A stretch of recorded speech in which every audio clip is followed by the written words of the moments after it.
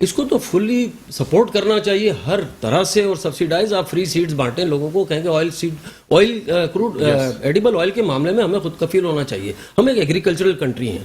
دوسرا آپ دیکھ لیں کہ شوگر کے اوپر کہ آپ اس کی جگہ آپ کاٹن ہائی ویلیو کراپ لگائیں. شوگر چاہے آپ امپورٹ کر لیں، آپ مہینے میں آپ مثال کے طور پہ آپ کے گھر میں 5 کلو شوگر مشکل سے آتی ہوگی، جبکہ آٹا آپ کے گھر میں 20 کلو 25 کلو آتا ہوگا.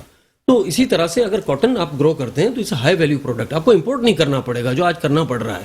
ہونے کو اچھی مینجمنٹ ہوگی. مسئلہ یہ ہے کہ وہ لوگ بیٹھے ہیں جنہوں نے زندگی میں کاروبار نہیں کیا، ان کی پچھلی نسلوں نے نہیں کیا، اور وہ ایک اکیڈمک لوگ بیٹھے ہوتے ہیں جو کہ اچھا جی ادھر کا ادھر کر دو، ادھر کا ادھر. کئی آئٹمز ہم پن پوائنٹ کر سکتے ہیں کہ جناب اس پہ آپ ختم کرو ایگزیمشن، اس سے عام آدمی پہ اثر نہیں پڑے گا. اور اس مثال دی میں نے گاڑیوں کی کہ اس پہ بالکل عام آدمی جو روٹی کے لیے ترسا ہوا ہے وہ گاڑی سے کیا لینا. ٹھیک ہے عتیق الرحمان صاحب، آپ کیا چاہیں گے کہ حکومت کو کیا کرنا چاہیے؟ ذرا 2 منٹ رہیں گے پلیز. مختصر یہ کہ اپنے ریونیو کو بڑھانے کا سورس سوچا چاہیے، یہ قرضوں سے باہر آنا چاہیے. اور ریونیو کا سورس ایک ہی طرح سے بڑھ سکتا ہے کہ لوگوں پہ یہ ٹیکسز کی بھرمار نہ ڈالیں، اس کو اٹریکٹیو کریں، اس کو آسان کریں تاکہ لوگ ٹیکس دینے کی طرف مائل ہو. انڈائریکٹلی تو آپ سب سے ہی ٹیکس لے لیتے ہیں، سیلریز میں کٹ جاتے ہیں، خرچہ ہوتا ہے. 40-50 قسم کے انڈائریکٹ ٹیکسز ہیں جس میں اب نیا سیل ٹیکس. ڈائریکٹ ٹیکسز نہیں دیتے نا لوگ، 30 لاکھ ہے خالی ٹیکس نیٹ. انڈائریکٹ تو آپ کے پاس سارا کچھ کلیکشن آتا ہے نا، موچی سے لے کے بڑا آدمی تک آپ کو انڈائریکٹ ٹیکس دے رہا ہوتا ہے. وہ تو آپ کو کچھ کرنے کی ضرورت ہی نہیں ہے، وہ تو آپ کو آٹومیٹک آتا ہے. شیمپو خریدو، ماچس خریدو، جو کرو، آپ ٹیلی فون کی کال کرو، آپ کو انڈائریکٹ ٹیکس آتا ہے. یہ 30-40 قسم کے آپ کے آتے ہیں. بات ساری ہے کہ ہم کو بڑھانی ہے اپنی ایکسپورٹ. ایک ریونیو کا بہت بڑا ذریعہ ہے ایکسپورٹ. اس کو بڑھانے کے لیے گورنمنٹ کو جو کچھ بھی کرنا ہے وہ تمام طریقے اپنائے. اور ایکسپورٹ جو $25 بلین سے آگے جاتی نہیں 2013 سے اب تک، اس کو کسی طرح سے آگے بڑھا کر جو ابھی انہوں نے ٹارگٹ متعین کیا ہے $57 بلین کا، اس کو اس پہ لے کے آئے. اور وہ آ سکتا ہے کراچی شہر، جس کو اگر یہ تھوڑا خیال کریں. دیکھیے کراچی شہر ایک بیمار شہر کر دیا، اس کا انفراسٹرکچر اتنا برباد ہو گیا. اس بیمار شہر میں آپ کو 65% ٹیکس دیتا ہے، آپ کی ایکسپورٹ میں 55% کنٹریبیوٹ کرتا ہے. اس بیمار شہر کا ذرا خیال کر لیں، اس کا انفراسٹرکچر ٹھیک کر دیں تو یہی آپ کی ٹوٹل ریونیو اور $50 بلین کی آپ کو ایکسپورٹ کر کے دے دیں. ٹھیک ہے شیخ حبیب صاحب، میں پوچھنا چاہوں گا کوئی مشورہ دینا چاہتے ہیں آپ گورنمنٹ کو؟ آخری منٹ میرے پاس. میں پریزیڈنٹ آف پاکستان سے یہ کہنا چاہوں گا کہ اپنے ان لوگوں کو مدعو کریں، ان لوگوں سے بات کریں، ان لوگوں سے بات کریں جو اس ملک کو سمجھتے ہیں اور جانتے ہوں، اس ملک میں جو پیدا ہوئے ہیں. جو وہ ٹیکنوکریٹ جو باہر سے آپ بلا کے بٹھائیں، انہیں ہمارے لوگوں کا پتہ ہی نہیں کہ پاکستان کی 25 کروڑ عوام کے مسائل کیا ہیں. ٹھیک ہے، تو میری مطمئنہ گزارش یہ ہوگی کہ کم از کم ایسے لوگوں کو بٹھائیں تاکہ عوام کا وہ خیال کر سکیں. آپ تمام حضرات کا بہت شکریہ. پروگرام کا ٹائم ختم ہوتا ہے. میں صرف پروگرام کے آخر میں یہ کہنا چاہوں گا کہ 2022 میں اللہ کرے ہمارے پاکستان کے لوگوں کو خوشحالی آئے، امن آئے، چین آئے اور ترقی ہوئی. یہ ملک ہم نے بڑی محنت سے، بڑی مشکلوں سے حاصل کیا. پروگرام کے آخر میں یہ بھی کہنا چاہوں گا کہ میر علی جو شمالی وزیرستان کے علاقے میں 2 روز پہلے ہمارے 4 جوان دشمنوں سے لڑتے ہوئے شہید ہوئے. ہم ان فوجی جوانوں کو اپنی طرف سے، پوری قوم کی طرف سے سلوٹ پیش کرتے ہیں. اللہ تعالیٰ ہمارے پاکستان کی حفاظت کرے. ملتے ہیں اگلے پروگرام میں. پاکستان زندہ باد.